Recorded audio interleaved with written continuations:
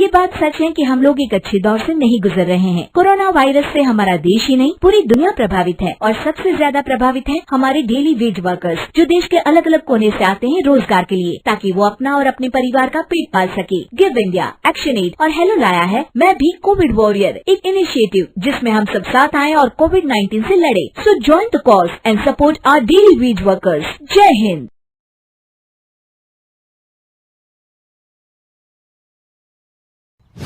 एक दिन राधिका और उसकी सास को घर पर अकेले रहना पड़ गया था।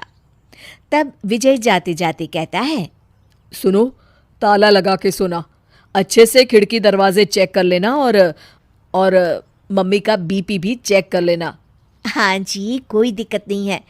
अब आप आराम से जाइए शादी में, मैं मम्मी जी का पूरा ख्याल रखूंगी। और अपना ख्याल भी रखना। हाँ जी, अपना भी रखूंगी। अब जाइए ना आप। थोड़ी देर बाद गांव में जीप पर लगे एक स्पीकर से अनाउंसमेंट होती है। जीप वाला आदमी कहता है, सुनिए सुनिए, गांव में चोरी होने की वारदातें काफी बढ़ गई है, इसलिए सावधानी बरतें। अपनी खिड़की दरवाजे सही से बंद कर लें। अरे राधिका, सुना तुमने? मुझे तो बड़ी घबराहट हो रही है। नहीं मम्मी जी, आप घबराइए मत, मैं हूं ना। मैंने सारे खिड़की दरवाजे बंद कर दिए हैं और कुछ भी होता है तो पुलिस का नंबर तो है ही मेरे पास। अच्छा, मेरी तो सांसें तेज चल रही है बेटा। एक तो ये विजय भी घर पर नहीं है।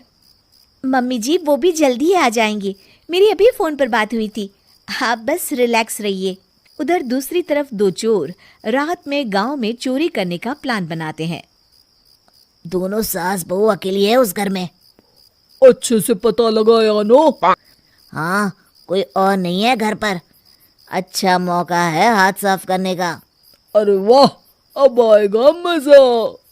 देर रात को जब सब कुछ सुनसान होता है, दोनों चोर गांव की तरफ निकल जाते हैं। अरे कौन सा घर है? वो कोने वाला, तुम बस मेरा पीछा करो। ठीक है।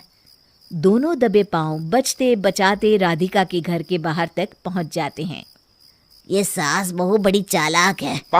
कितना कस के सब बंद किया हुआ है, एक भी खिड़की नहीं खुल रही। चोर खिड़की खोल ही रहा होता है कि तभी बिजली जोर से कड़कती है और चोर डर जाता है। राधिका की सास भी चौंक कर उठ जाती है। राधिका! राधिका भी उठ जाती है। क्या हुआ माँ जी? घबराइए मत, मैं आपके पास ही हूँ। तुमने कुछ आवाजें सुनी? माँ जी, बस बिजली कड़की है, आप बेवजह परेशान हो रही हैं। मैं आपके लिए पानी लेकर आती हूँ। ठीक है बेटा।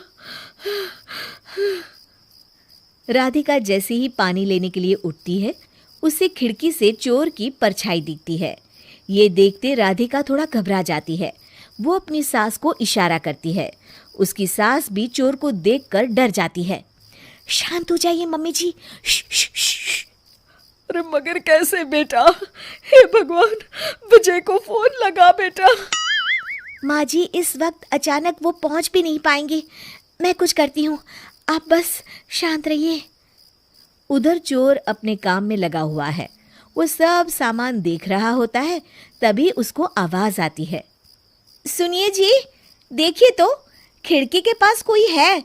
मुझे लगता है चोर है। अरे इसका पति तो घर पर है। नहीं, वो बाहर गया हुआ है। मैंने उसे खुद बस से जाते हुए देखा था। तो ये बातें किससे कर रही है? राधिका जानबूझकर जोर जोर से बातें करने लगती है।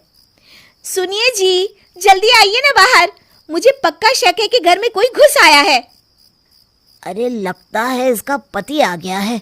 ये दोनों अकेली नहीं है। भोलू की जानकारी तो गलत थी। भागो!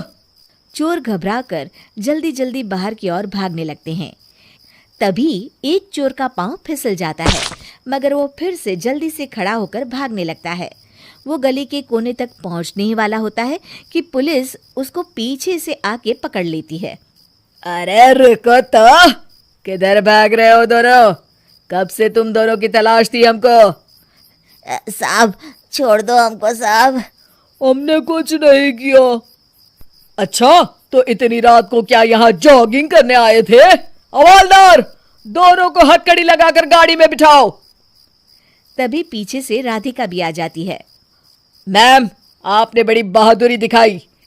अगर सभी आपके जैसे नीडर नागरिक हो तो कितना अच्छा हो। सर, आपको मेरी सासू माँ ने फोन किया था, उनका ही आइडिया था ये। हाँ, और चोर को डराने का आइडिया तो राधिका का था। बहुत ही समझदार और नीडर है मेरी बहू। चलिए, आप दोनों का ही बहुत बहुत शुक्रिया। आपने इन चोरों को पकड़वाकर देश की मदद की है। और हाँ, पुलिस स्टेशन आकर अपना इनाम जरूर से ले लीजिएगा।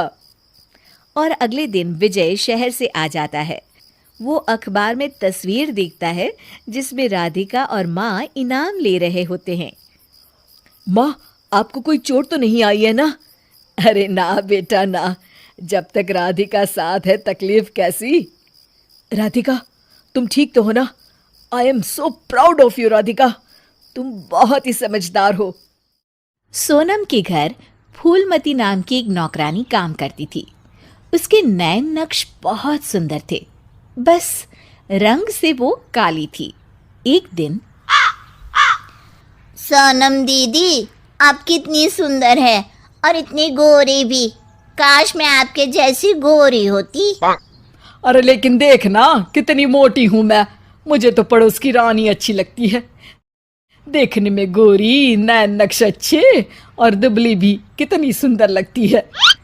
फूलमती के मन में सोनम की बात घर कर जाती है। वो सोचती है कि उसे नहीं पता था कि सोनम को भी अपने से शिकायत होगी। अरे फूलमती, ये क्या किया? सब्जी में इतना तेल? वैसे भी मैं इतनी मोटी हूँ, ये खाना खाकर तो कभी जिंदगी में पतली नहीं हो पाऊंगी। अरे दीदी, मैं तो आपकी जैसी होती तो कोई शिकायत ही ना थी।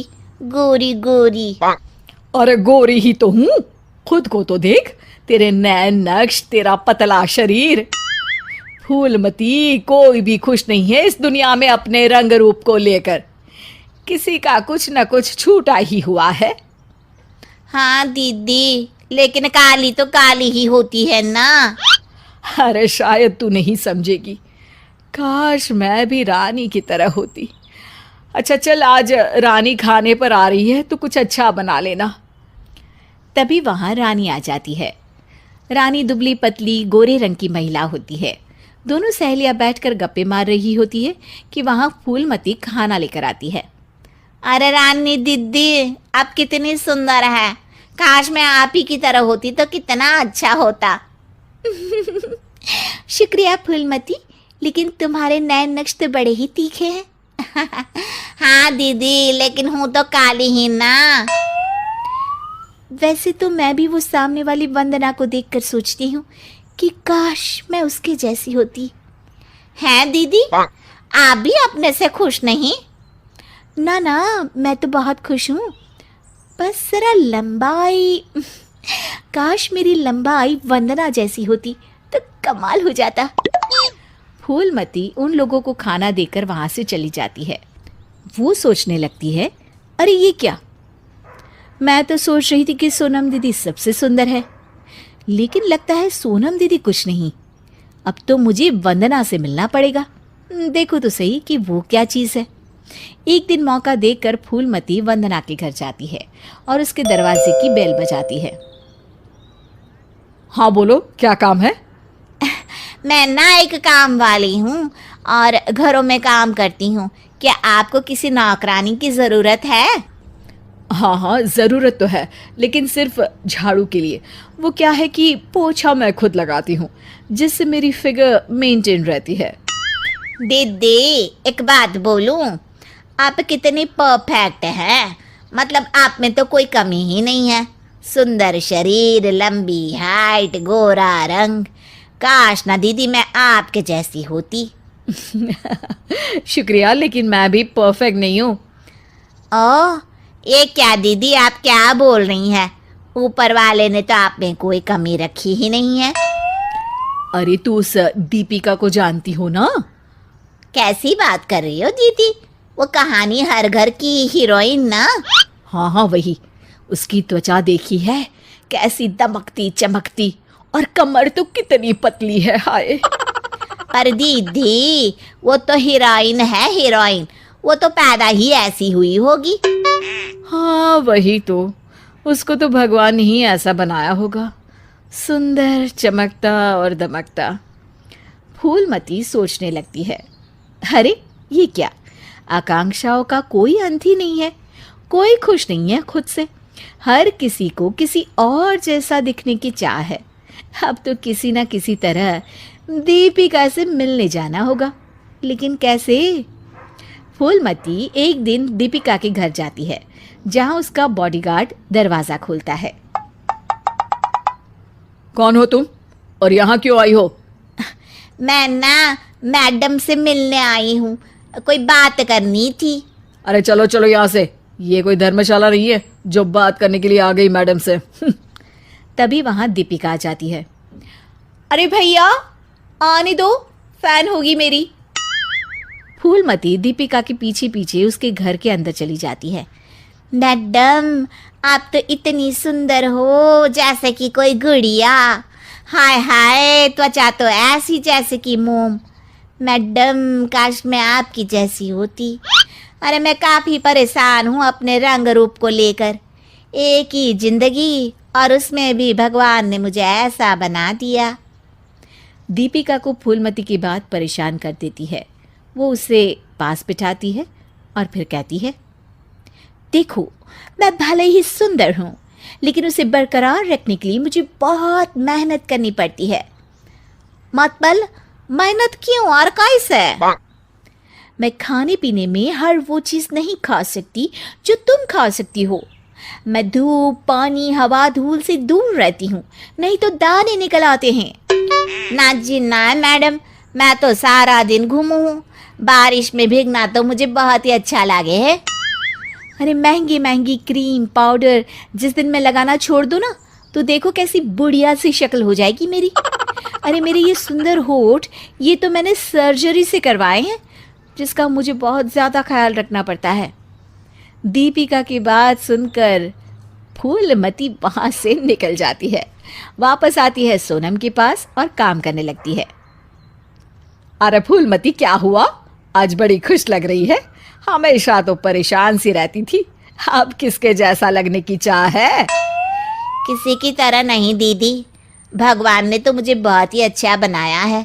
मेरे जैसे नैन, नक्श और काया हर किसी को नहीं मिलती। मुझे ना तो कोई महंगी क्रीम लगानी पड़ती है और ना ही खाने पीने में कोई परहेज करना पड़ता है। मौसम कोई भी हो मैं तो पूरे मजे लेती हूँ, ना धूल से प्रॉब्लम और ना ही डॉक्टर के चक्कर। तो दीदी मैं तो अब खुशी रहूँगी ना।